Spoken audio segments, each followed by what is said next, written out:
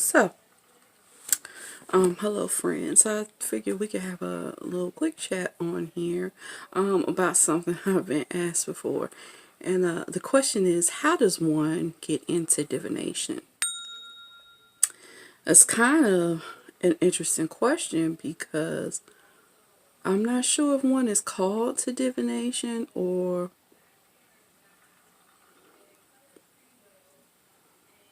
I don't know if divination just is like a part of who you are. I think most diviners that I meet probably started in childhood. Um, a common thread I find is a love of either poetry, books, or just words. That's one of the first things I noticed because people that are lovers of poetry and word are usually lovers because of the hidden meanings, not, you know, what's on the outside. And the biggest thing in divination is being able to see what's going on underneath the picture that's being presented. So, if you have a child and let's say your child likes to play spot the difference games, I spy, things like this, I would say your child probably has an inclination towards divination because they already have a joy for searching for what lies beneath the surface. How did divination first start showing up? Probably first started showing up maybe a little bit before kindergarten. I had this huge obsession with astrology, but I had the huge obsession with astrology. See, it's the whys, not what it is. I had the huge obsession with astrology because I wanted to know how people would behave before they do it by their sun sign. Now, did I know all about moon signs, rising signs, your Jupiter, Uranus, Mars, Mercury? No. I didn't learn about those things until way, way later into adulthood. But sun signs I had on lock. And believe it or not, if you only know people on a surface level, you can tell a lot about a person on their sun sign alone because that really is just the essence of who they are. Okay? And that's probably my first dabble in divination. When I was maybe a little bit older, it became dreams. I had extremely vivid dreams all through childhood. I suffered nightmares. I can't remember a time I didn't have nightmares. So, as far as my earliest memories, 2, 3, I had really bad nightmares, crippling nightmares to the point where I didn't want to sleep at night, but I also didn't want to stay awake at night because of the things I would see. Were they real? The things I saw? Who knows? I'm not even going to play that game with y'all. Who knows? The mind is extremely powerful, and I understand that from science, okay? And but I also know there are things that we don't understand. There are people whose spectrum of vision is far beyond the rest of ours. I don't know, but I saw lots of things, and it put me in a weird place where I didn't want to sleep, and I didn't want to be awake either. And I don't know about the dreams, but it's safe to say that my first real dive into divination was dreams, and it was a knack. And by the time I hit middle school and people would talk about their dreams, and I wonder what it meant, I was like, oh, I can tell you what it means. Boop, boop, boop, boop, boop, boop, boop, and all I think it, and another thing is a lot of you viewers may come from a family like mine, but especially my African American viewers or black viewers, you'll know that we grow up in families and people have dreams about fish. And the old folks say, "Ooh, that means somebody getting pregnant or somebody getting some money." It may have started there. Just thinking about that, that may be where my dream fascination started. At any rate, like I said, I was a bookworm. My parents bought me lots of books.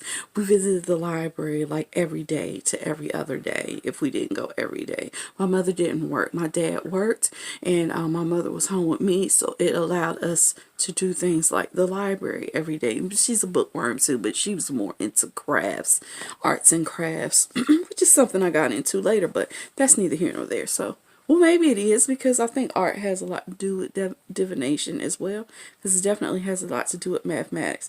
But what I can say is that I'm certain I got lots of astrology books, lots of mythology books that leads into probably full on divination. Reading mythology, I think, is probably what really led into it. So I'm sure I probably picked up some dream books back then. I didn't own my first dream book. That's what's so interesting.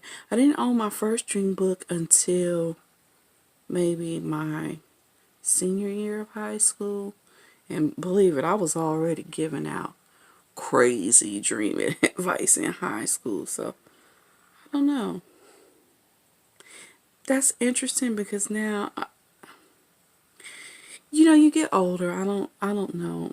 But I'm in my 40s, and sometimes I forget how things got to where they were, especially concerning your passions and your talents. And I'm just now realizing a lot of my talent concerning divination is probably just natural. But I think as I got older, it's more about the effort and systems. Systems came into play later. So,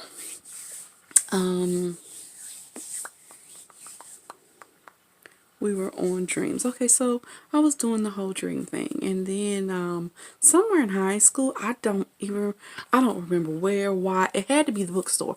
I promise you, I think a lot of things I get into is just because my wandering around the bookstore. I know in high school I got my first tarot deck, but I didn't start reading cards with tarot cards. I started reading cards with playing cards because my grandfather, he was a avid gambler, and my family is extremely into card playing. So there were always cards around, but being an avid gambler, there were also books that were always around in the drawers. And see, I have a whole book reading family. That's important too, probably. But this book in particular, damn, I have one that I bought for myself recently when he passed away, because somebody saw fit to throw all his belongings out before any of us could go through them and get anything. And I wanted those books. And I guess the universe just gave me a big fuck you on that one. But it's that way sometimes. But he used to have these books in the drawer. They were Lucky books, Lucky Cat books. I'll be sure to insert a picture right up here so that you all can see what I'm talking about. Lucky Cat books. And not just Lucky Cat, but there were other ones, Madam So-and-so. There was hoodoo books and things like that or whatever. And mostly they had to do with dreams. That may be how I got into what dream symbolism is. Now I'm thinking about it. Boy, something about talking makes you remember all types of shit, right? So I'm thinking, I know those books, there were pages sometimes that had playing card meanings, like if you pull this card, if you pull that card, it means this and that. Play, bop, bop, bop. Okay, so it started there. and I got a book, and I couldn't write on the cards back then. I didn't have tools to write on the cards. I don't know if a lot of you even try to make the cards, but I keep trying to encourage you to make your own cards out of playing cards, right? I wouldn't have had Sharpie to make the project work, but so I wouldn't have written on the cards. But what I had to do was I had notebooks, and I would write down all the information with the cards, man, because I'd have to return the books. And oddly enough, they had books like these in the library already. And I would, or I would sneak his book out and write what I could, and then I would have the information that I need. There was tarot cards, and I took to them like a fish to water.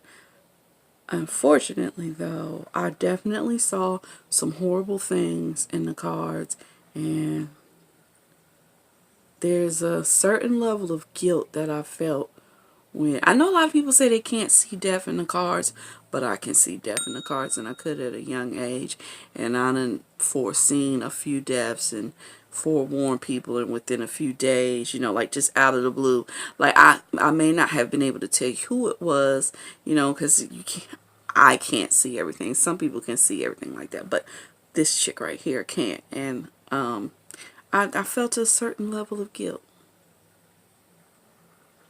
And most likely because the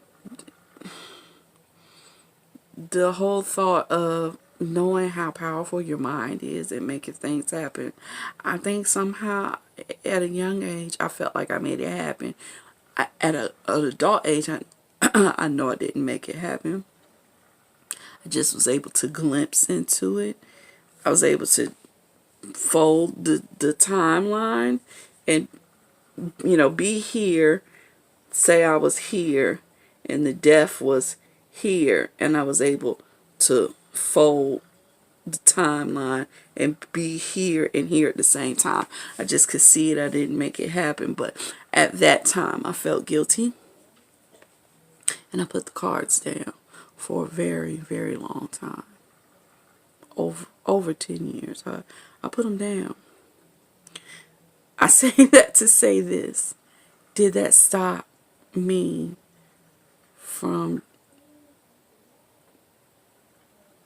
divining? No. No, it didn't. The wind could blow a certain way, and honestly, if that is your gift, you pick up things from the wind. The animals around me gave signals. The books, I used books.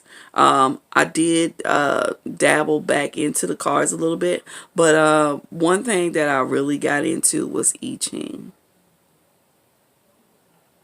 I love I Ching still to this day, and tossing coins and sticks and anything like divination is definitely a passion. It's a passion. It's like sex. It's like once you have your first real taste of it, and it's not just your first taste of it, but your first taste of it, and it's enjoyable. It's with you. It's you. It's, well, hell, it was probably part of you anyways, but there's a power in it. There's a, I don't know, it's just passion. It's like real passion. So I don't know if y'all like these talks. I know I ramble a little bit, but the point is this: if you yourself are wondering, is divination for me? I can't tell you if it is or if it isn't, but what I can tell you is can you do it? Yes. How good will you be at it? I don't know. Are cards for you? Maybe. I mean, they're very powerful. The more people put into something, the more the heavier the vibration becomes. Okay? Does it Does it have a bad side? I think it does. Like I said, it could be like sex or any other drug. You can, I see people, even just as consumers of divination, you know, just paying hundreds and hundreds of dollars for people to give you answers all the time. Live your life, live your life, people. Get answers occasionally, but yeah, it can eat you alive. Especially as a diviner, you can become power hungry. You can see things you weren't supposed to see. You can see things that you just wanted to see. That's a big one. That's a big one for me. This is one of the reasons why I don't read for myself often. A lot of times I think I see what I wanted, and so I often I do watch pick of cards. Just because I don't want to bother another reader with my situation, because I know my cards are messy. And I know some of you readers might watch this and you know exactly what I'm saying. If someone ever read you, your cards are way messy, way confusing. And, sometimes I just don't even want to go through all of that. But I love divination. At the end of the day, I love divination. I love all types of forms of divination. I practice many types of divination. I live for my books. This book I got when I was, I want to say I'm 30, 32, something like that. This book is the shiz. If you can see some of the imagery in it, it's just filled with symbols. Oh, my daughter's names. That'll show you how deep I am into symbolism. If you want to get into divination, I think the best thing you could ever do for yourself is start off in symbology.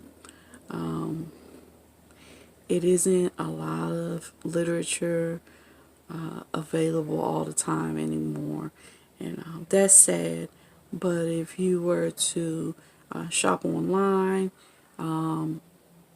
check the Library of Congress, web pages. There are lots of books that are old and out of print on signs and symbols. But the biggest thing in all divination is symbology, okay? When you look in, there are people that look in water and divine, and it's because when they look in the water, they see things. That it's definitely all about the signs and symbols. So I'm going to wrap this divination talk up because I was just talking way too long, just rambling about myself. And that wasn't really the point. But the point was to say, if you are interested in divination, you want to know how others got into it. I think most of our stories are the same. We usually have a love for books. We usually have a love for words and a love for symbols. Pictures, art, math, those are the basics. You have a child that's showing a lot of interest in those things. And mythology, but that's just books, but mythology in particular, or the Bible, because that book is totally, totally, totally full of divination, even though it tells you not to. Now, I'm not going to get into no Bible conversation with nobody on here, okay, because I done read that sucker in English and in Hebrew. It's a beautiful book. And the stories, they tell beautiful things. And it's a lot of divination. A lot of divination. Even casting lots. Maybe I'm going to cast lots on here one day so y'all can see what casting lots really is. But, you know, I mean, if you're open to it and you see your child doing those things, or they want to talk about their dreams, or you've already started them journaling their dreams and stuff or whatever, I mean, your child is probably a natural at divination. You should nurture it. It will help them to learn how to deal with the problems that are definitely going to come to them. And this concludes my divination talk. I hope y'all enjoy the talk. I'm going to put a reading up for sure. Have a good one.